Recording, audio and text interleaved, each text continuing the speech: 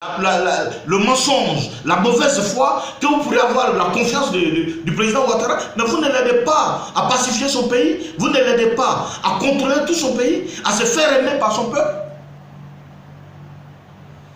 Et ça, ceux qui ont le courage de le dire, vous les écartez, vous êtes dans vos mensonges permanents pour qu'on les perçoive comme étant des ennemis de Ouattara. Mais le peuple ouest n'a pas de problème à Ouattara. Le seul problème, c'est que le peuple ouest se reconnaît en Gbagbo Laurent parce qu'il compatit à leur douleur.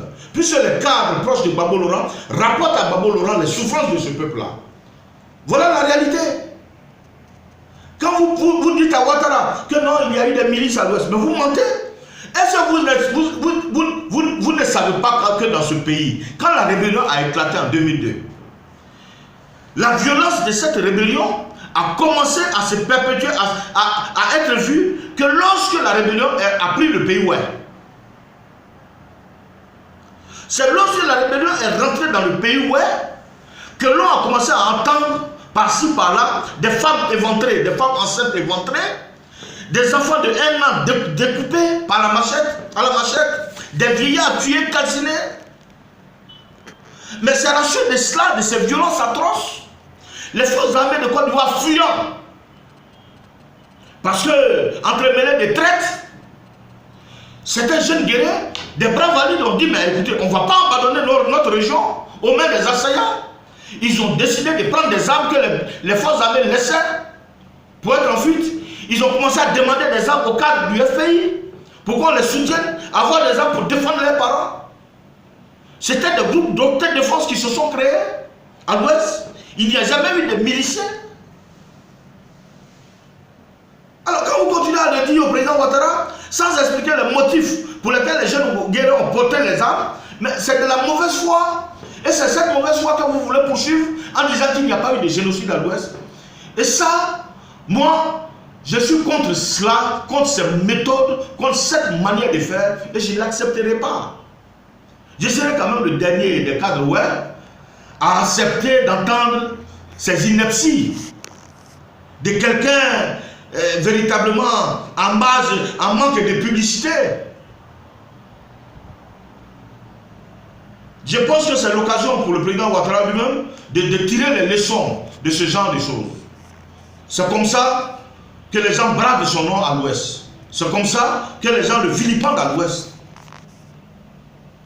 C'est de ça qu'il s'agit.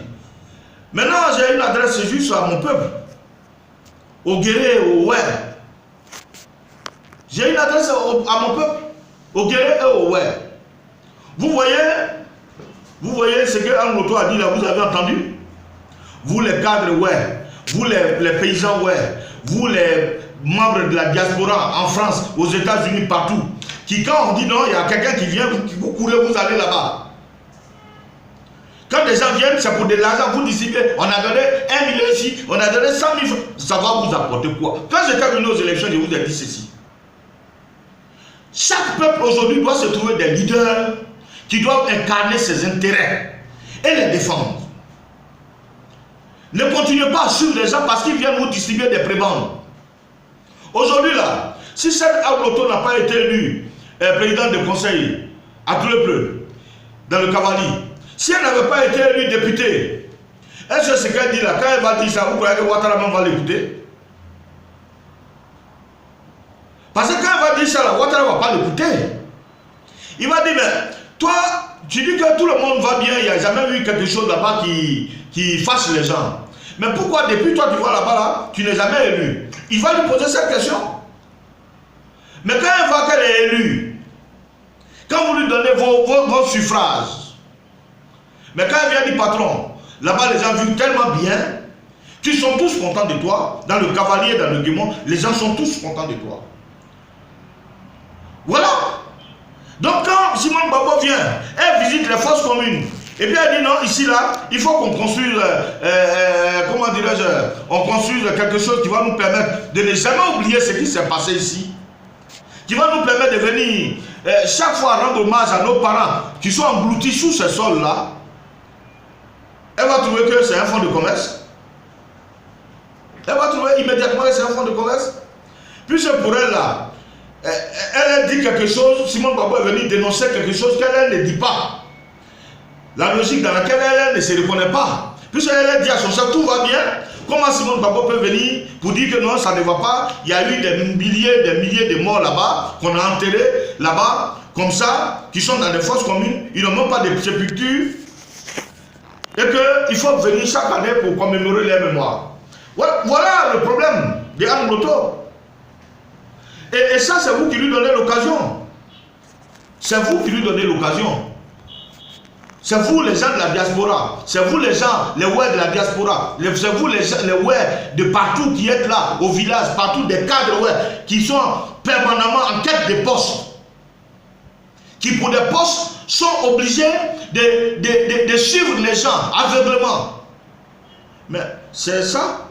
La preuve, c'est que vous avez lu des gens, tout ce que vous avez lu. Je veux fièrement rendre hommage à mon jeune frère, le député Yuté Womleon Innocent, qui au moins s'est prononcé sur ce crime de Anne Loto.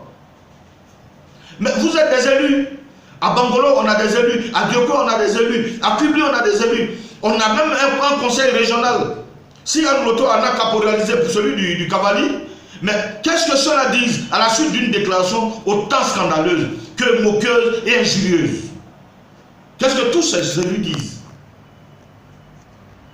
Donc, je demande au peuple de prendre conscience qu'on ne s'amuse pas avec ses propres douleurs, qu'on ne s'amuse pas avec son histoire. Il faut que le peuple lui-même soit responsable devant l'histoire de ce qu'il a subi et qu'il le revendique fièrement et impose cela au gouvernement de le reconnaître. Ainsi, nos parents qui sont tombés, ainsi nos femmes, nos enfants qui sont tombés ne seront jamais tombés en vain. Et cette mascarade ne se reproduira jamais dans notre pays ici. Parce que nous sommes tous Ivoiriens, nous sommes condamnés à vivre ensemble, nous sommes condamnés à nous réconcilier et à manger ensemble. Que Dieu bénisse le Ouai et la Côte d'Ivoire.